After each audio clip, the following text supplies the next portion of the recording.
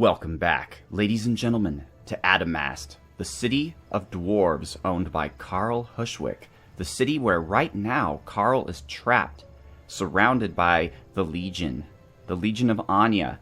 However, the Legion may have to abandon their siege of the city, and I will go over why shortly.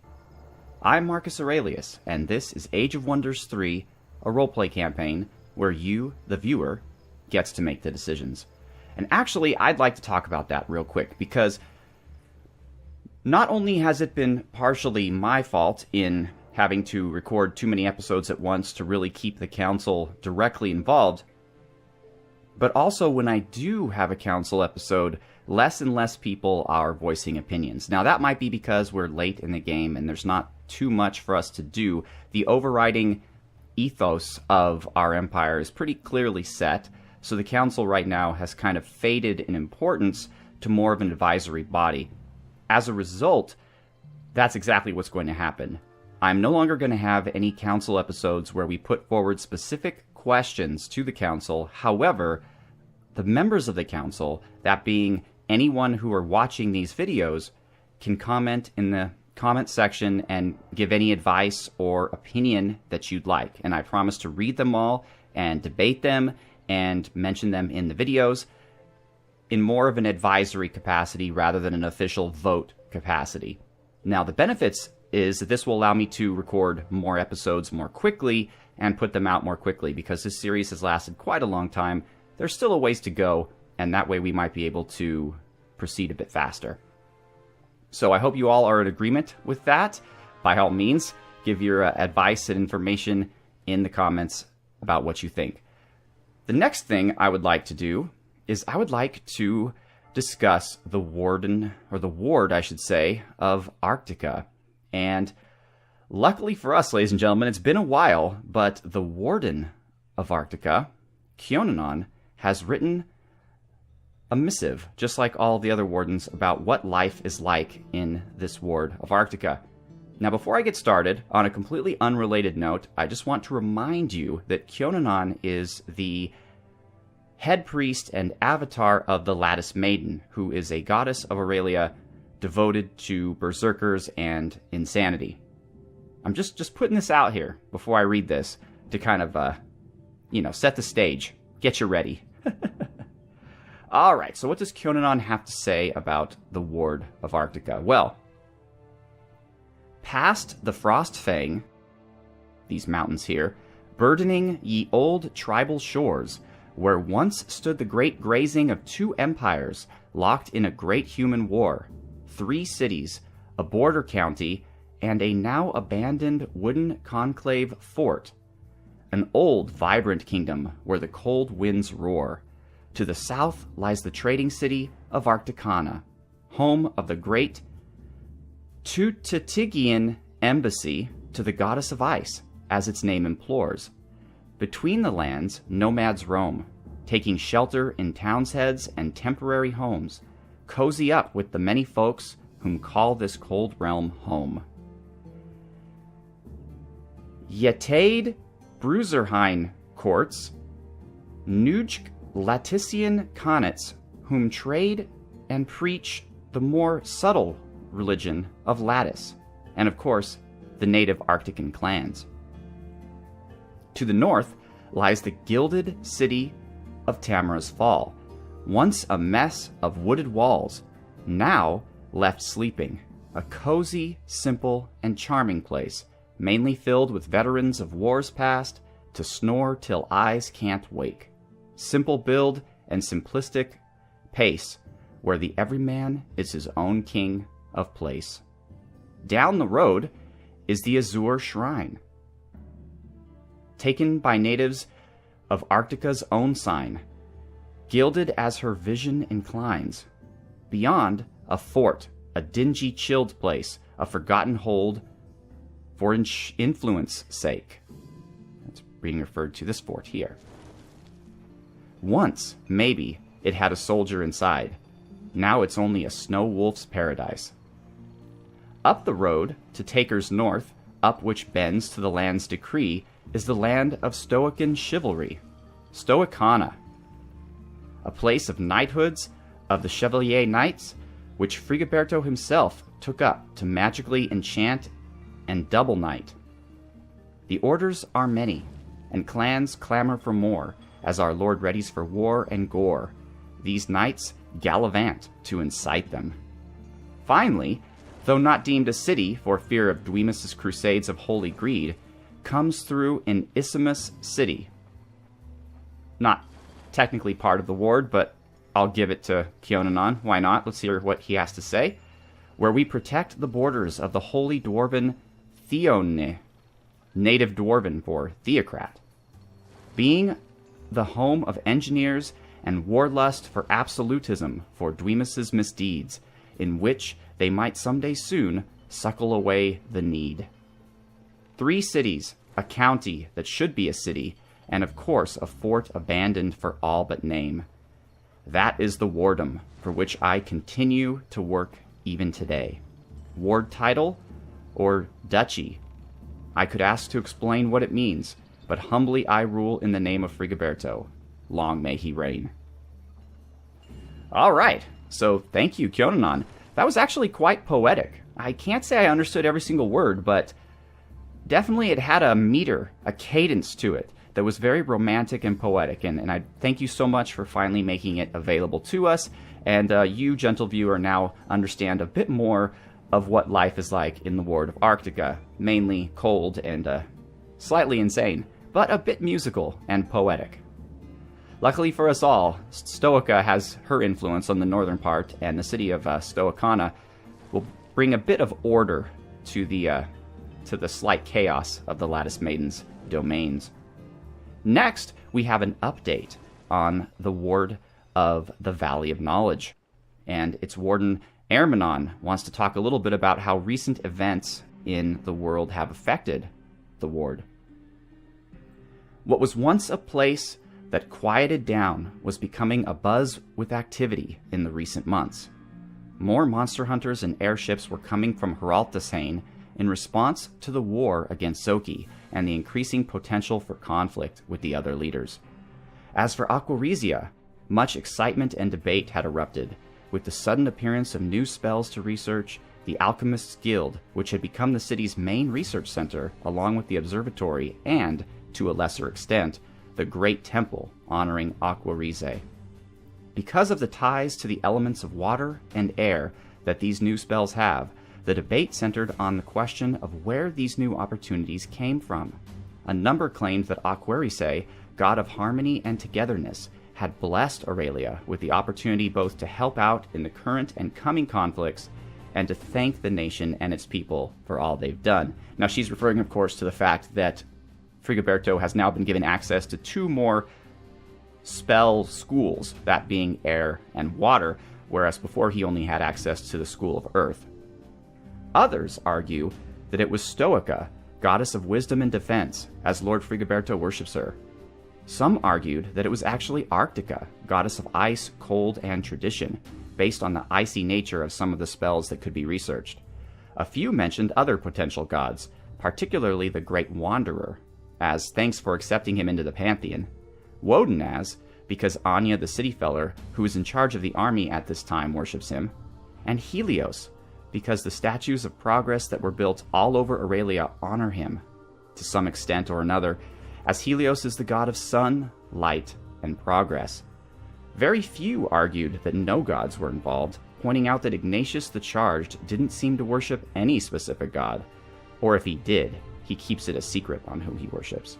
And yet, it was after he came through Aquaresia en route to fighting Zoki that these spells suddenly became available. Others claimed that it was actually a combination of the gods, through both the Summer of Love in Aquaresia and the excitement surrounding the new research opportunities, plus, for those who follow them, seeing Aquaresia being practically enthusiastically active in helping out. The citizens are in high spirits, despite the conflict erupting around them. All right, Ermanon, thank you so much for that update on the Valley of Knowledge and the origin of these new spell schools which Lord Frigiberto has now been given access to. It does appear that it might be related to some or all of the gods and their willingness to support Aurelia in its defense of truth, justice, and the Aurelian way. So here we are at Adamast, the city of Karl Hushwick, and the problem is, you see, Karl has a spell here called Poison Domain, and every time a unit is in this domain, they suffer 8 damage of poison each turn. It lowers their strength, defense, and resistance. So, as mighty as this army is, that's not a good thing, and they're sitting here kind of taking it turn after turn because right now we lack the strength to take the city. So I believe it is probably a good idea to get them out of here.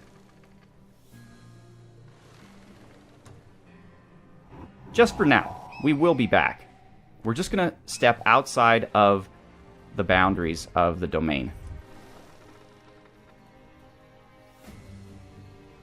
In fact, for right now, we should probably head to the southwest and take out Karl's Fairy City, which just recently completely almost destroyed, well, actually completely did destroy the army of Bosper the Fat Cat.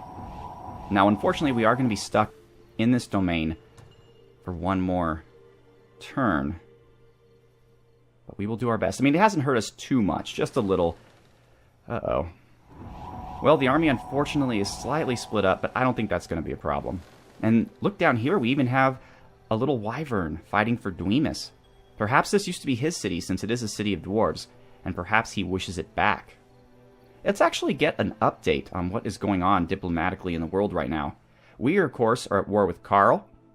We have defeated Zoki. We have defeated Leonis. Phi Dural was defeated by the neutrals. Our enemy Karl is currently at war with us, at war with Dwemus, at war with Rish Cayenne, and neutral with Camille Moonflower. So he has a lot more problems going on than just us, which is great.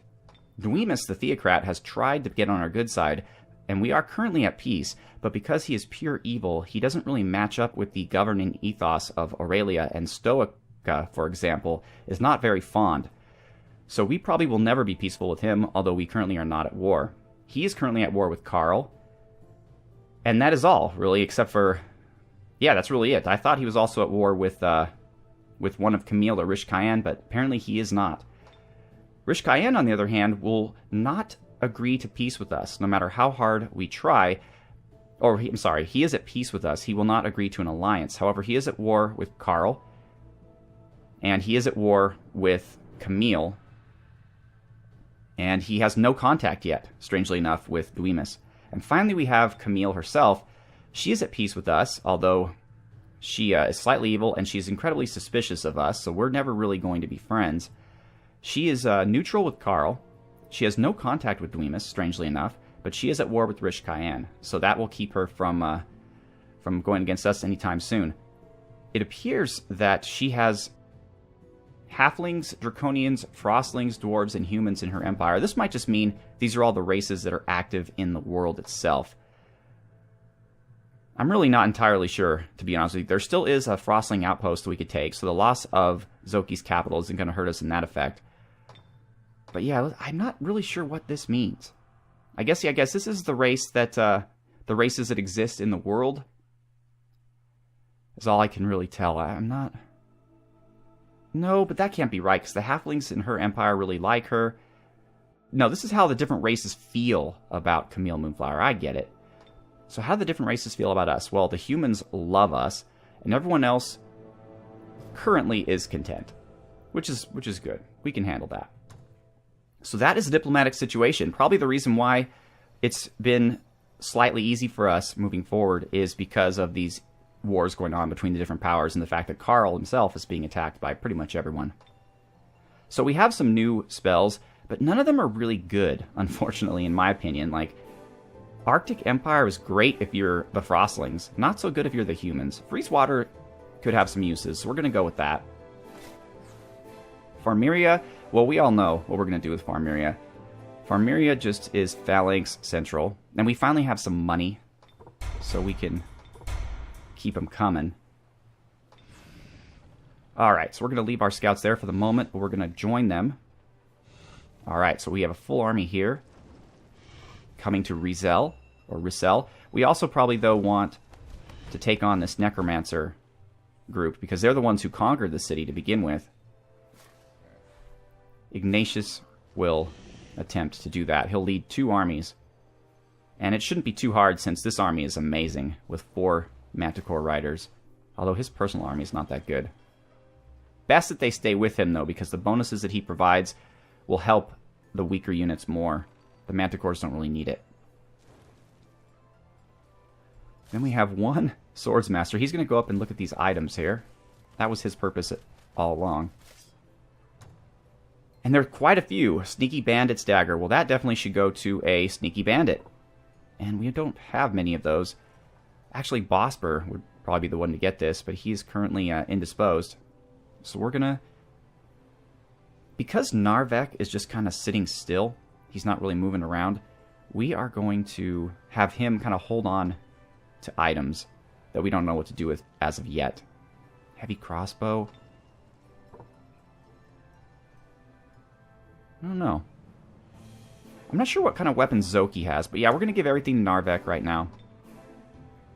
Bloodthirsty Claymore of the Legendary Warlord. That's actually awesome. Lifesteal?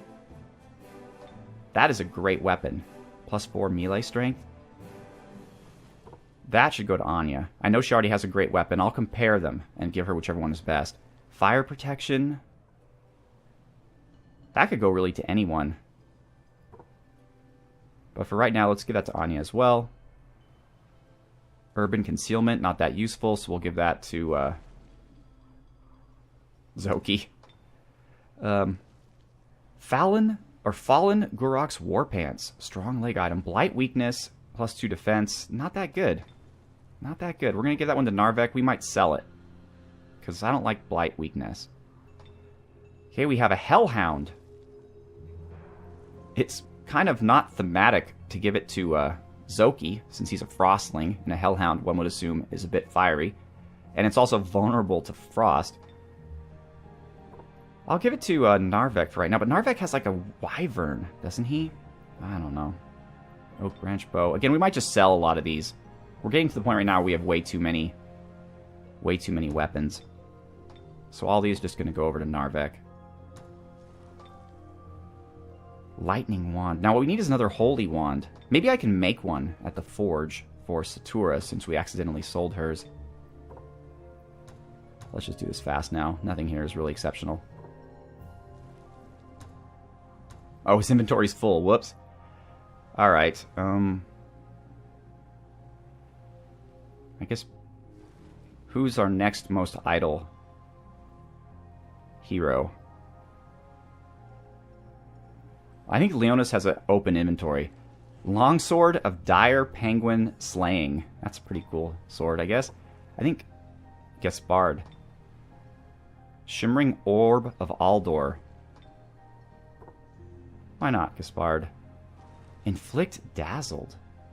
That's pretty cool. Ignatius might like that. And we'll give the Lightning Wand to Satura until we can get her a better one. And there we go! All those items have been distributed.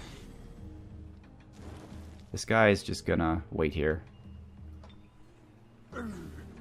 Alright, you guys are gonna guard Druze.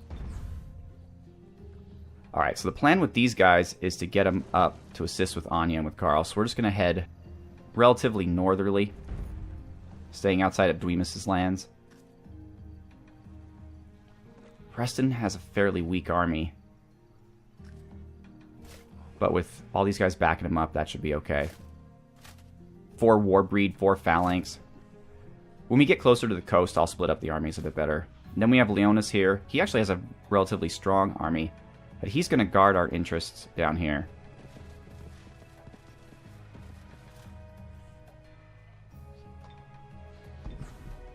Alright, the Builder. What should we do with the Builder? All of our cities at this point are connected by roads, which is great. We should probably get him over here, though, because eventually we're going to want to move out. Well, Camille has pretty much the rest of this area. This is a coastal city, which is great because those are worth a lot more money, and money is something that we definitely can never have enough of. Alright, let's get these up to Stokana. Alright. And we'll just use Aquaresia as a staging point for armies heading north, of which we currently don't have any. Here are 2 wyverns. Okay, those are independent. Oh yeah, these are our sort of allies. Oh, there's Gaspard. Let's get his stuff back. The helmet. The robe. The shield. This is actually a good weapon. We'll see if how it relates to the sword. And the crossbow. And he has some points, too.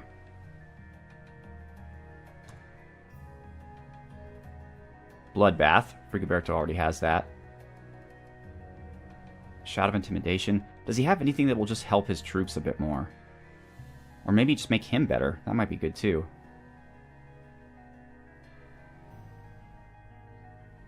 Ranged command? He doesn't really have any ranged troops.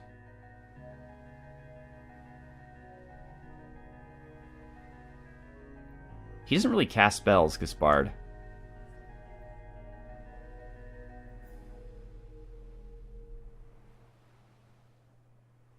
Warrior's Honor.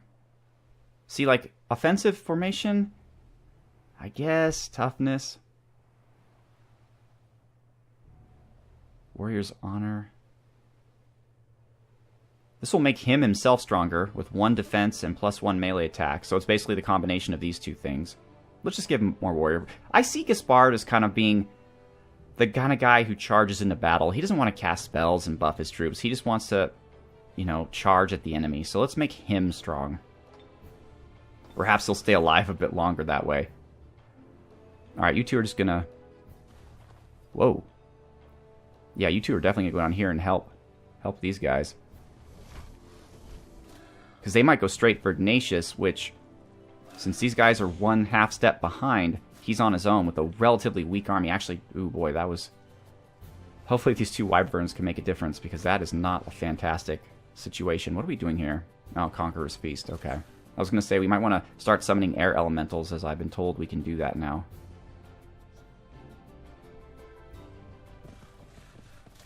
Okay, enter. Alright, and of course our manticores are kind of heading up to Gaspard.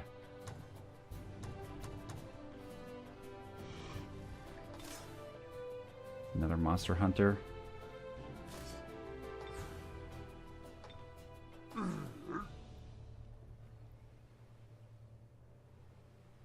we combine? No, we can't. But I still want to give the 3 Swords Masters to Gaspard. The Yeti will back him up.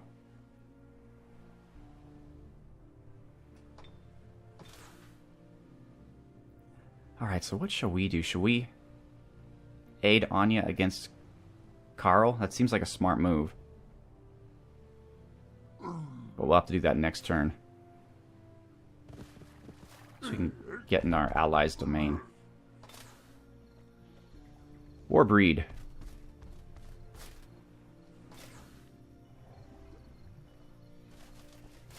We are a mighty army. And Satura, that's right, she was going to go get the airship. So who is the weakest link here? Probably the Monster Hunter, plus they can also walk on water, so they don't really need the airship as much as the rest.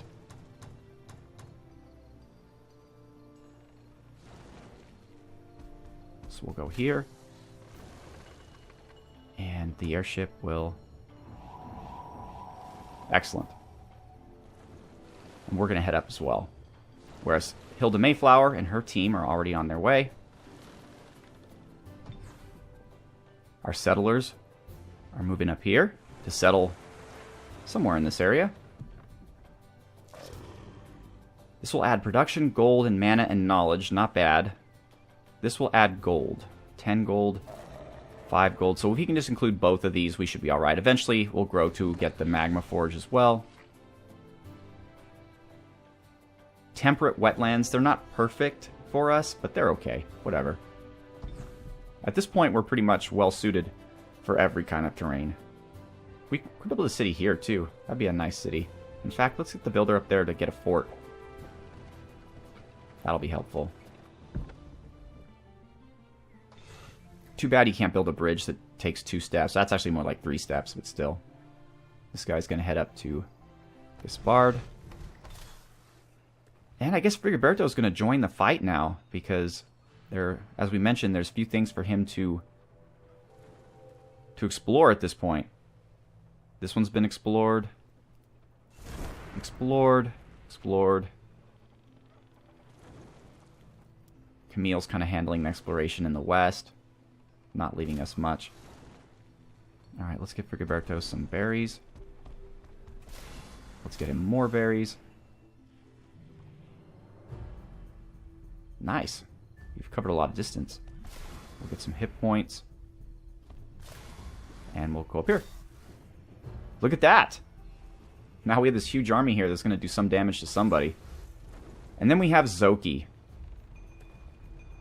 Zoki's heading over to Arcticana. Eventually I want to get him back up to Mistdale. I'm going to try to rebuild it.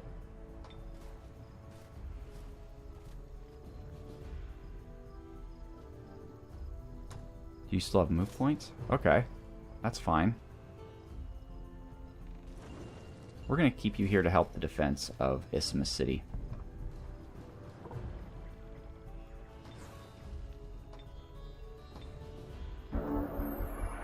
Alright, a research breakthrough in Aquaresia. Nice.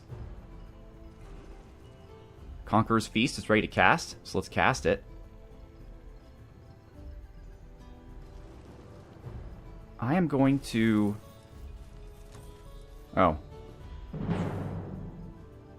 I thought that I could, like, boost the spell, but apparently I cannot. Alright, well, they claim we're going to have a very likely victory, so that's the last thing we're going to do before the end of the episode. Our poor wyverns are here by themselves. Alright. So what I want to do is I kind of want them to... See, the way the armies are facing, do you see this? I want to make it so that they have to kind of come in a single file to get me. So the way to do that is to kind of move everybody up like this.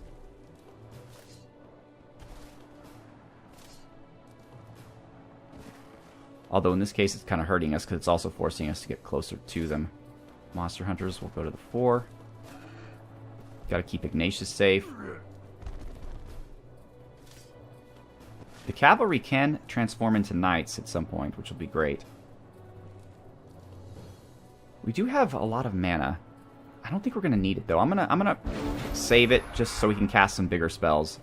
If things look dicey, then I will change my position on that. So yeah, see how they're heading south. So this is interesting. They're really spreading themselves out here, which is so beneficial to us. It's because they're undead, you know? They lack intelligence because their brains are rotting away.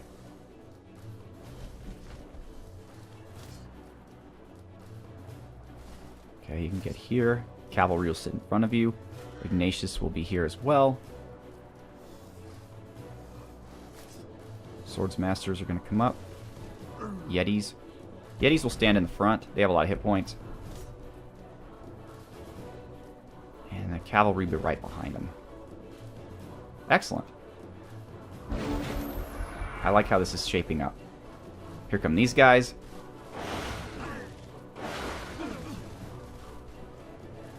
They're going after the monster hunters, strangely enough.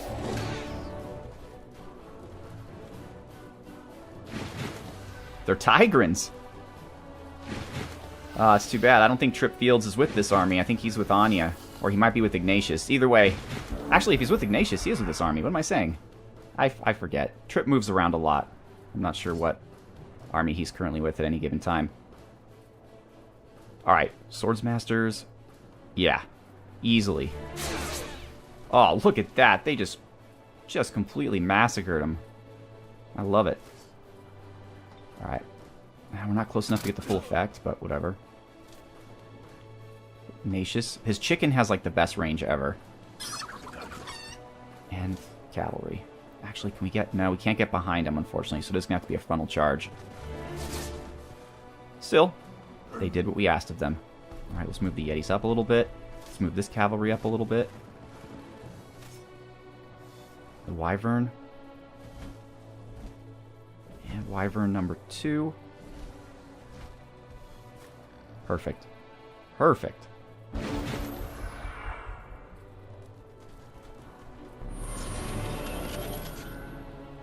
Raise all the dead you want. I don't care.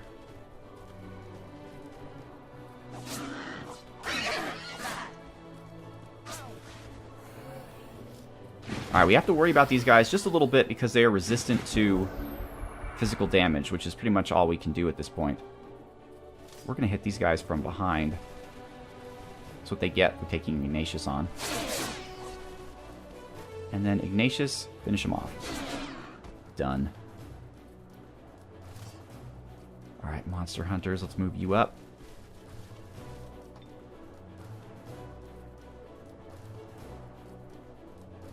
Damn, we can't really hit anybody. Alright, how do we want to play this?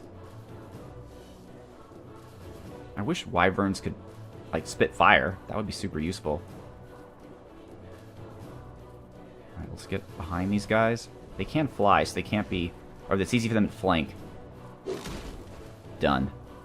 Which frees up our cavalry to get behind these guys and flank them.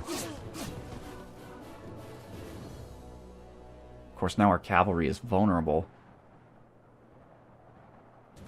So...